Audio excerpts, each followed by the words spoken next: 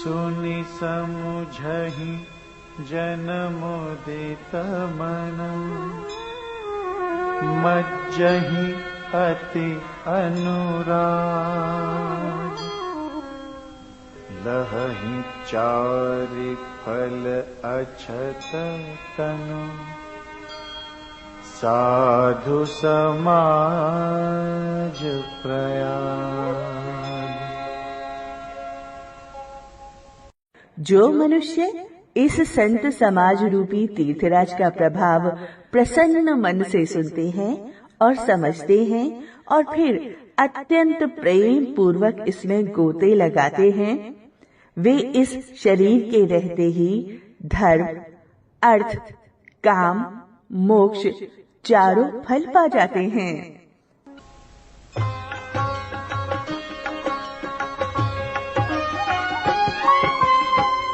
मज्जन फल पेखिय तत्काला,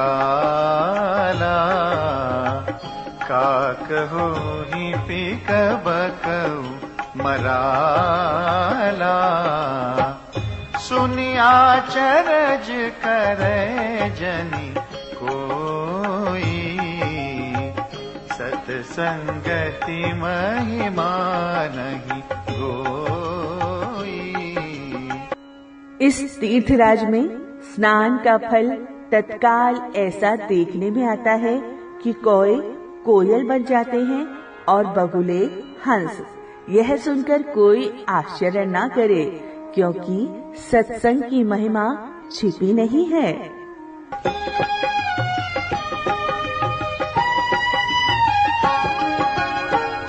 वाल्मीक नारद घट जोनी, निज निज मुखनि कही निज होनी।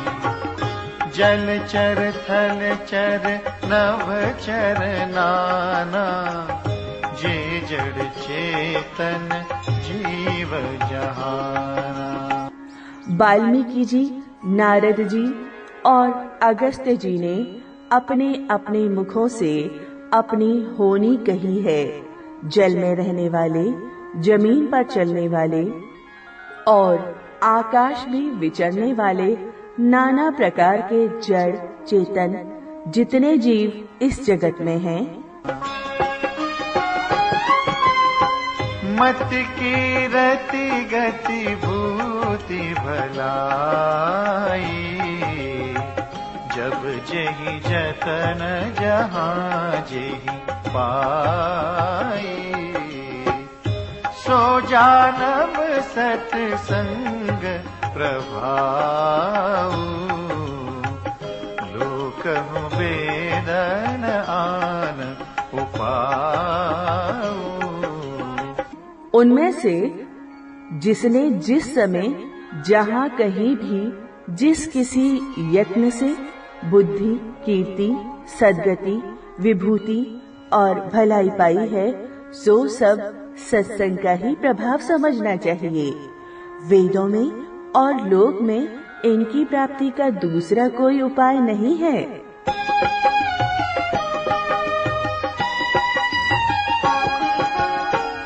बिनु सत्संग विवेक न होई, राम कृपा बिनु सुलभ न सोई।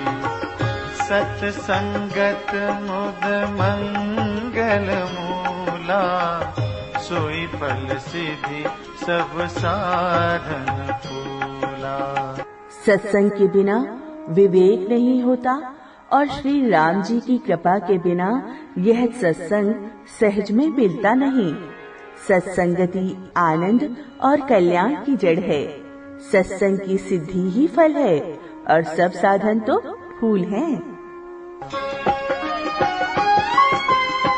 सठ सुध रही सत्संगति पाई, पारस परस कुधात सुहाई। विधि बस सुजन कुसंगत परही,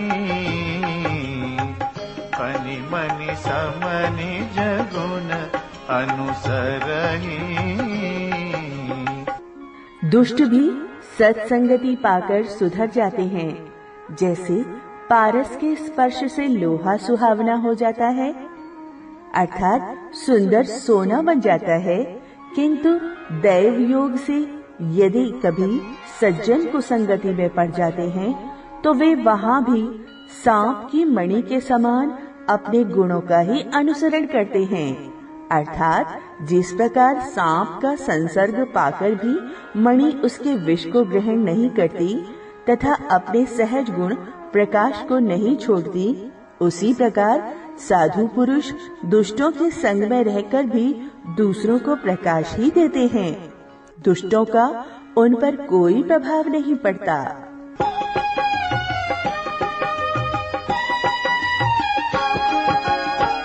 विधि हरिहर कवि को विद्वानी, कहत साधु महिमा सकुचानी। सोमोसन कही जात न कैसे, साख बनिक मनि गुण गण जैसे। ब्रह्मा, विष्णु, शिव, कवि और पंडितों की वाणी भी संत महिमा का वर्णन करने में सकुचाती है। वह मुझसे किस प्रकार नहीं कही जाती, जैसे साग तरकारी बेचने वाले से मणियों के गुण समूह नहीं कहे जा सकते।